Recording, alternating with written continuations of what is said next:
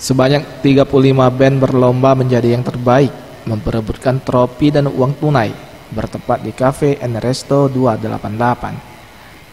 Darmawan selaku pihak penyelenggara mengatakan, lomba ini diadakan untuk menyambut Pesta Demokrasi Pemilu 2024.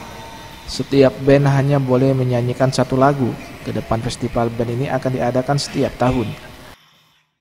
Tujuan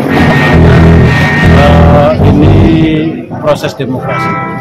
Kami dan para komunitas musik milenial untuk bersatu padu menghadapi pemilu yang demokratis, agar pemilu ini meriah, pemilu berjalan sesuai dengan kehendak pemerintah.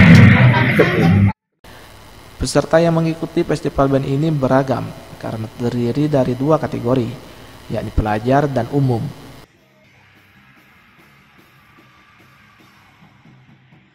Tim Liputan Sriwijaya TV.